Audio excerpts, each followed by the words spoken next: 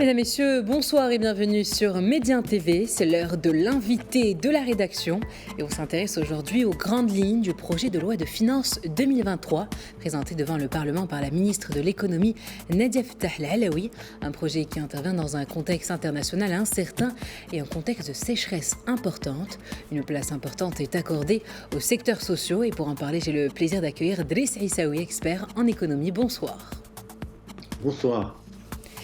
Alors, on commence tout de suite et au vu du contenu proposé par le gouvernement dans le projet de loi de finances 2023, quelles sont les nouvelles dispositions concernant les aspects sociaux ? Les aspects sociaux, on le sent toujours. Elles l'ont été, mais aujourd'hui, elles sont au centre des préoccupations du gouvernement parce qu'il y consacre beaucoup de moyens, beaucoup d'attention à la prise en charge de tout ce qui touche au social. Alors, quand on dit social, ça veut dire couverture médicale, ça veut dire prise en charge de toutes les personnes vulnérables à travers des budgets qui seront alloués à cela. Et il y a également le fait que le gouvernement a consacré quelque chose comme 12 milliards de dirhams à la caisse de compensation qui est devenue, aujourd'hui, elle est revenue comme étant un outil de suivi, de rééquilibrage des affaires économiques à l'intérieur, mais surtout de soutien du pouvoir d'achat et des citoyens. Alors, l'État social a été un slogan qui a été mis en avant concernant le profil du gouvernement actuel. Peut-on dire qu'il a été appliqué au sein du PLF 2023 ? Bien sûr, c'est-à-dire que le projet de loi de finances est un projet extrêmement intéressant. Pourquoi ? Parce qu'on est en train de parler de toutes les prévisions qui ont été posées pour justement faire en sorte que la loi de finances puisse le prendre en charge d'ores et déjà avant d'atteindre l'objectif final, celui de 2030. Mais déjà, le projet de loi de finances, il est là, c'est-à-dire on prend en charge toutes les dimensions qui touchent aux citoyens et on essaie de les soutenir. Alors, on l'a dit, c'était au niveau de tout ce qui est retraite, de tout ce qui est soutien aux besoins de consommation, mais surtout en faisant en sorte que le citoyen marocain soit véritablement, bien entendu, au centre des préoccupations, mais surtout, il doit devenir très actif à l'avenir, parce qu'on ne peut pas soutenir une population sans attendre d'elle qu'elle réagisse par rapport à ce qu'on a avancé.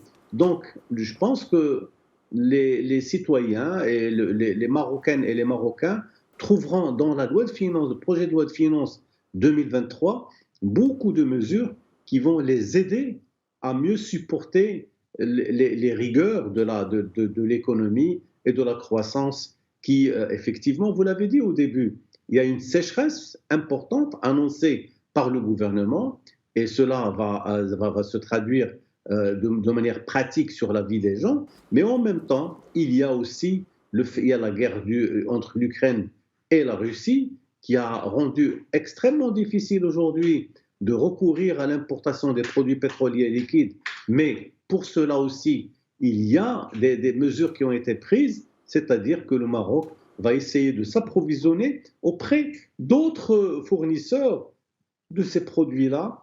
Et je pense que les équilibres seront maintenus même avant les termes qui sont présentés et identifiés. Alors, en parallèle, le secteur de la santé connaîtra une augmentation en termes de budget.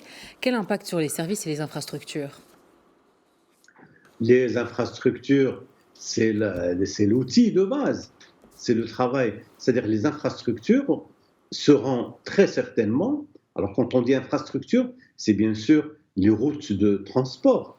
Et d'ailleurs, le Maroc doit accueillir le Congrès national des routes à Dakhla pour parler justement de toutes les innovations et de tout ce qui se fait dans ce domaine-là. Et il recevra des pays africains, même ceux, mais particulièrement ceux qui ont ouvert des consulats au niveau des provinces sahariennes.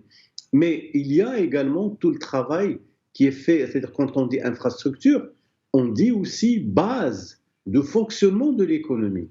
Et pour cela, je pense que le Maroc est bien parti parce que disons, ces infrastructures sont véritablement des outils importants, disons, pour la croissance économique, pour le développement et surtout pour la satisfaction des besoins des citoyennes et des citoyens. Alors justement, quand on parle infrastructure, qu'en est-il des hôpitaux ou d'autres les infrastructures pour la santé publique? La santé publique, je vous l'ai dit, la santé publique est véritablement quelque chose d'extraordinaire parce qu'on a passé un moment extrêmement délicat, celui de la pandémie Covid-19. Le Maroc a su gérer avec beaucoup d'intelligence cette pandémie. Il s'en est bien sorti. Il a retenu un certain nombre de leçons. Mais le ministère de la Santé, avec le ministère de l'Intérieur, ont véritablement fait un travail extraordinaire d'identification des personnes qui doivent en bénéficier. Mais surtout, maintenant, nous avons des difficultés pour certains cas, mais la plupart des citoyens sont pris en charge dans le cadre de l'approche publique de couverture médicale, de couverture de la société. Et pour cela, je pense qu'il n'y a pas de souci à se faire parce que les pays, disons, le pays est en train de vivre une dynamique extrêmement importante, surtout par rapport à quelque chose qui lui est cher, à savoir la préservation de la santé des citoyens et des citoyennes. Alors à présent, on va se pencher sur le secteur de l'enseignement. Selon vous, qu'en est-il du secteur de l'enseignement au regard des objectifs tracés au préalable par le gouvernement?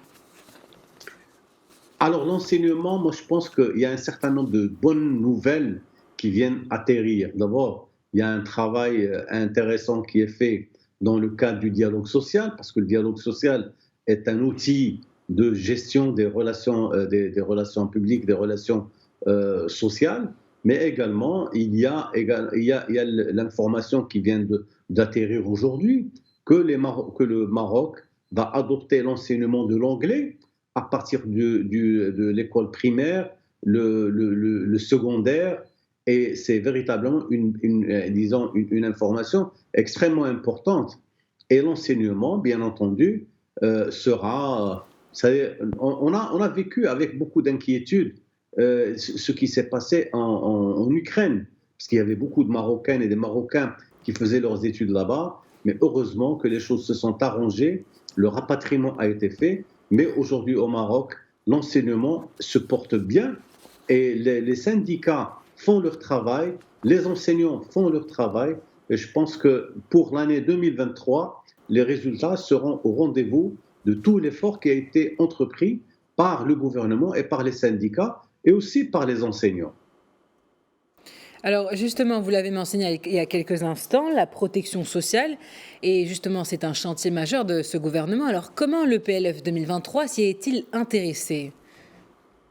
Bien sûr, aujourd'hui il y a un projet qui est déjà dans le pipe, celui de la couverture de quelque chose comme 4 millions de Marocains qui n'avaient pas de couverture du tout. Ils n'étaient pas du tout soutenus. Aujourd'hui, ils vont l'avoir. Et il y a de l'argent qui a été mobilisé dans le cadre justement du projet 2023 et qui va permettre justement d'assurer cette couverture médicale, cette couverture de santé pour toute cette population. Et c'est là où on va commencer à avoir un retour sur, disons, un effet du retour sur investissement de ce qu'on a fait.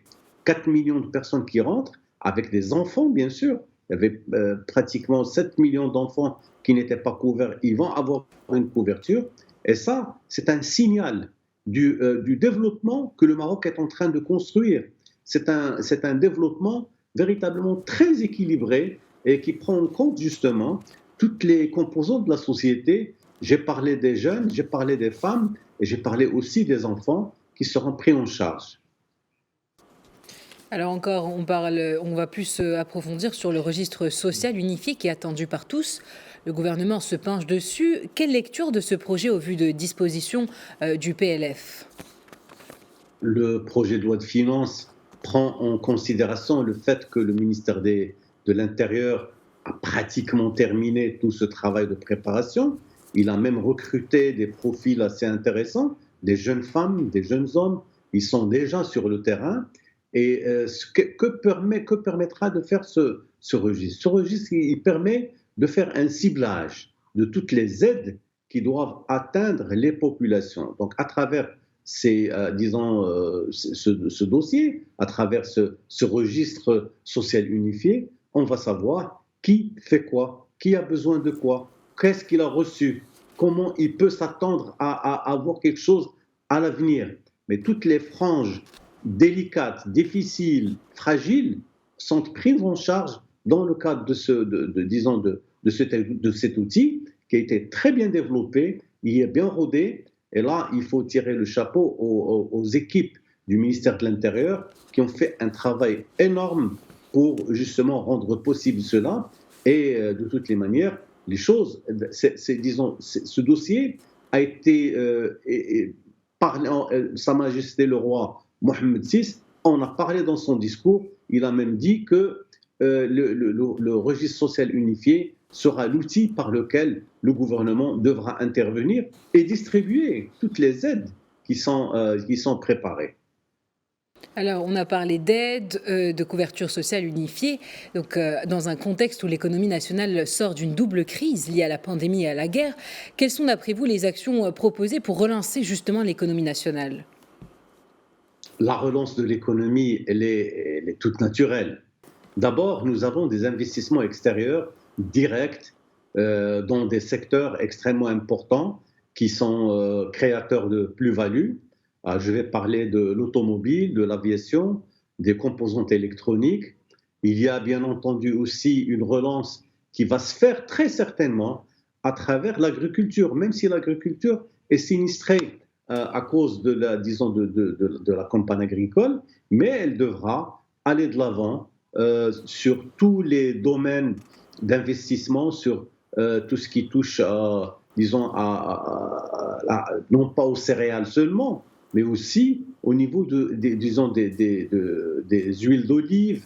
Il y a beaucoup de chantiers qui vont pouvoir être relancés avec une utilisation rationnelle de la ressource en eau. Et c'est ça le plus important. La ressource en eau est devenue de plus en plus rare, donc il faut la gérer de la manière la plus idéale possible.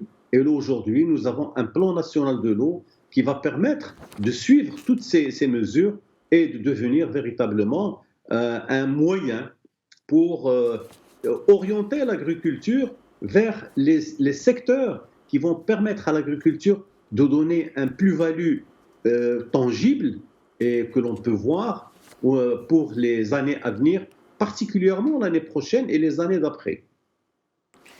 Très bien, alors parlons à présent des mesures fiscales. Quel contenu et pour quelle efficacité selon vous? Alors là, les mesures fiscales, on a toujours parlé de ça. C'est-à-dire il y a eu les troisièmes assises nationales de la fiscalité, il y a une charte qui a été adoptée et le gouvernement est très présent. Il y a la CGEM, donc la Confédération Générale des Entreprises du Maroc, a fait un certain nombre de propositions pour la fiscalité. Alors, qu'est-ce qu'on attend de cette fiscalité? On attend à ce qu'elle soit incitative. Je pense que ce qui est préparé dans les bagages du gouvernement, c'est justement un certain nombre de mesures fiscales qui vont permettre donc d'abord de soulager le capital productif, de soulager les entreprises qui investissent énormément et de leur donner les moyens d'investir plus à l'avenir à travers toutes ces mesures-là. Alors, les mesures sont également destinées à l'encouragement du domaine de l'habitat aussi. Et le Maroc va très certainement, au courant du mois de novembre, recevoir le Salon international du bâtiment, qui est un espace professionnel d'échange et de concertation entre les professionnels et du secteur privé et du secteur public. Et ce sera aussi une occasion pour dire, voilà ce que nous pouvons faire au niveau de ce secteur qui lui-même est porteur de bonnes nouvelles, parce que quand le bâtiment va, tout s'en va. Mais aujourd'hui, on a un bâtiment qui va marcher et qui va permettre aux autres secteurs de pouvoir aller de l'avant et enregistrer des résultats très positifs. Alors on peut pas parler de fiscalité sans parler d'impôt sur le revenu. Et justement, quelles sont les dispositions prises dans le PLF 2023 justement sur l'impôt sur le revenu? L'impôt sur le revenu est l'un des impôts les plus importants. C'est un impôt direct. Il touche directement disons, les citoyens et les citoyennes, et surtout les entreprises. L'impôt ne peut pas être levé sans prendre en considération la situation matérielle des assujettis à l'impôt. L'impôt sur le revenu au Maroc est en train d'évoluer de manière intelligente, de manière stable, pour justement être un outil dans les mains du gouvernement pour pousser les investisseurs, les citoyennes, ceux qui ont la capacité d'investir, de se projeter dans l'avenir avec beaucoup d'assurance, parce qu'avec l'impôt sur le revenu, on va pouvoir faire des choses intéressantes. Alors moi, je voudrais juste rappeler le fait que certains investisseurs étrangers, notamment l'Union européenne pendant un moment, ils se sont plaints du fait que l'impôt sur le revenu était disproportionné par rapport à certains investissements extérieurs. Je pense que tout cela a été corrigé dans le cadre des assises de la fiscalité, et donc il y a la charte aussi qui permet que l'on fasse une modulation disons de l'impôt sur le revenu pour être justement un outil d'incitation à l'investissement et de création de richesse. Justement, alors nous on a parlé de l'impôt sur le revenu. Qu'en est-il de l'impôt sur les sociétés cette fois-ci? Et justement les investisseurs étrangers qui sont concernés également. Bien entendu, l'impôt sur les sociétés a aussi connu une belle évolution, et 2023 sera l'année de consécration justement de tout ce qui a été obtenu comme étant des avancées sur disons, l'impôt sur les sociétés. Je vous l'ai dit tout à l'heure, on a parlé de l'impôt sur les revenus, mais aujourd'hui sur les sociétés, la même chose, parce qu'on ne veut pas de tuer la poule qui pond les œufs d'or. Aujourd'hui, on veut que le capital puisse bénéficier disons, de marge de manœuvre qui lui permettent non seulement d'investir, mais de réinvestir et d'augmenter ses bénéfices et ses profits. Et l'impôt sur les sociétés au Maroc est en train d'évoluer dans le bon sens, il faut le dire, quand on regarde un peu tout ce qui s'est fait depuis quelques années, mais particulièrement depuis 2019 à maintenant, on a quand même enregistré des résultats très, très, très encourageants pour les entreprises. Et là, on est en train de parler maintenant des investissements étrangers directs.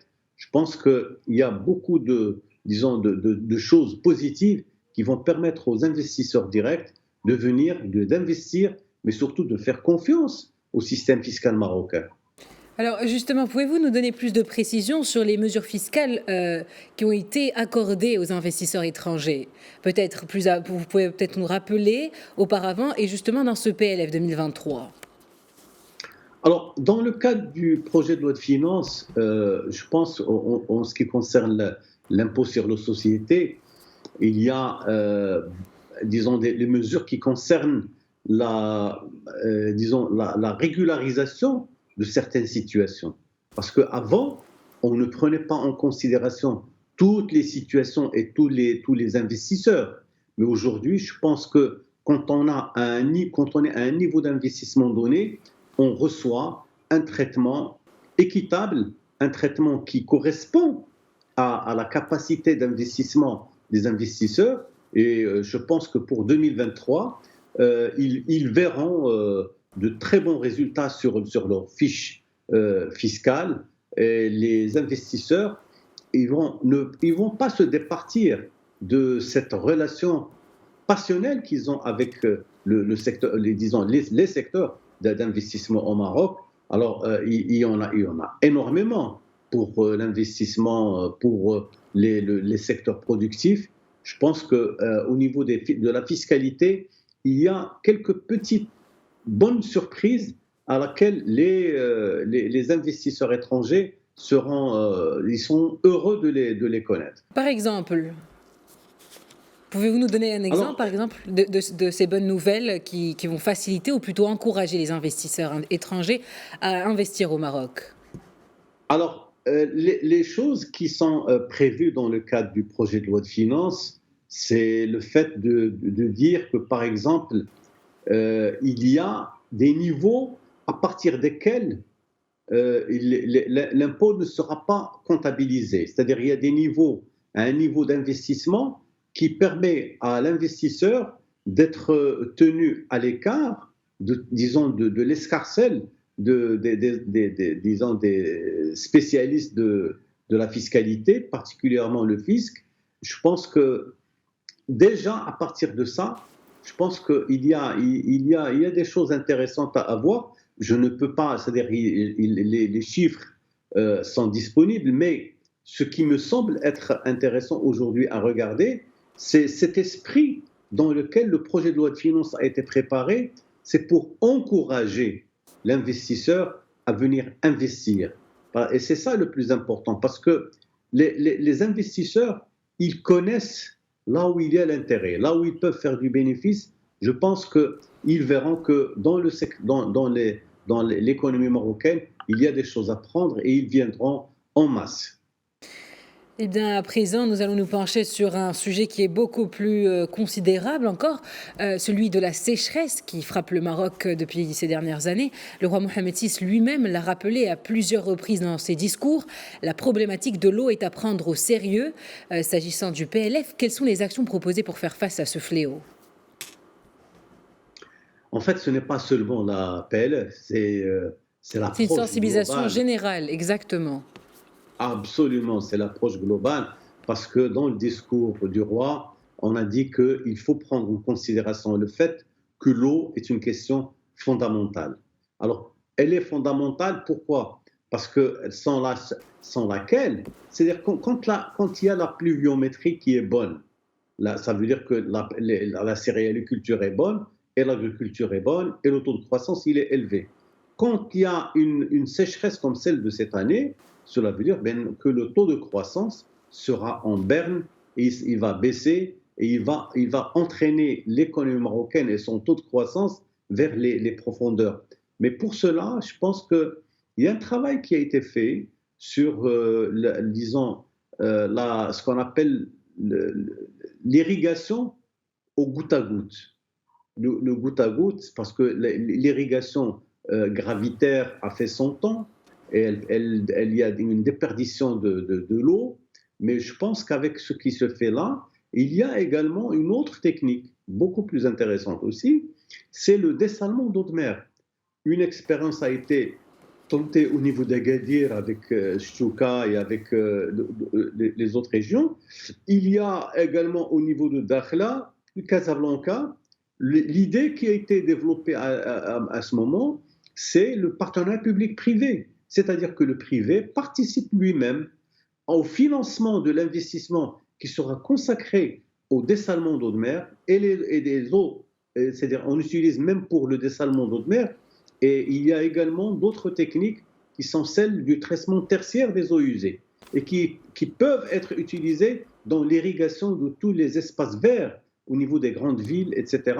Et le transfert de cette eau des zones où il y en a vers les autres où il n'en a pas. Donc tout cela fait partie du plan national de l'eau qui existe et qui est là, et que le roi Mohamed VI a suivi personnellement. Et je pense qu'à partir de 2023, on va commencer à voir justement ces mesures de manière très concrète, et on ne va pas dire aux gens ne faites pas ceci, ne faites pas cela. Au contraire, on va leur dire d'utiliser avec parcimonie les ressources en eau, sachant pertinemment que l'agriculture, elle consomme pratiquement 80% des ressources en eau. Alors comment faire? C'est toute la manière de faire, et c'est le choix des variétés culturelles qui va permettre justement d'aller vers une agriculture qui sera utile et agréable à suivre pour les années à venir. Alors à présent, nous allons revenir sur le budget des investissements qui est en augmentation.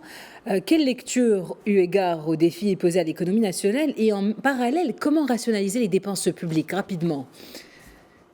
Rapidement, quand vous voulez parler maintenant de l'investissement dont le budget a augmenté, c'est-à-dire que ça, c'est une décision. Vous savez, tout ce qu'on fait tout ce que fait le gouvernement, il fait partie de quelque chose qui s'appelle la volonté. Il y a un vœu, il y a une volonté qui a été exprimée par le gouvernement, il est en train de l'appliquer. Pour cette histoire de, disons, comment on va augmenter cela, ce sont des fonds. Il y a le fonds Mohamed VI qui vient d'être créé. On a nommé un responsable qui va le gérer. Voilà, Ben Chaboun. Et il va permettre justement de gérer de manière très intéressante ces histoires de fonds et disons, d'argent pour les grands projets. Nous avons de très très grands projets. Il y a encore de grands chantiers à terminer pour les routes, pour l'infrastructure, pour l'agriculture, pour beaucoup de choses. On a besoin d'argent et cet argent, il ne va pas venir de nulle part, il va venir d'un investissement qui va venir d'où? C'est le fonds Mohamed VI, c'est-à-dire c'est 550 milliards, tel que ça a été annoncé par le roi Mohamed VI au niveau de son discours, et 550 milliards, c'est une bonne partie, c'est-à-dire les 2/3 doivent venir du secteur privé, c'est-à-dire les banques, les entreprises qui vont mettre la main à la poche et financer les projets qui leur seront proposés, et bien entendu, ils participeront au montage de toutes ces choses qui sont dans le cadre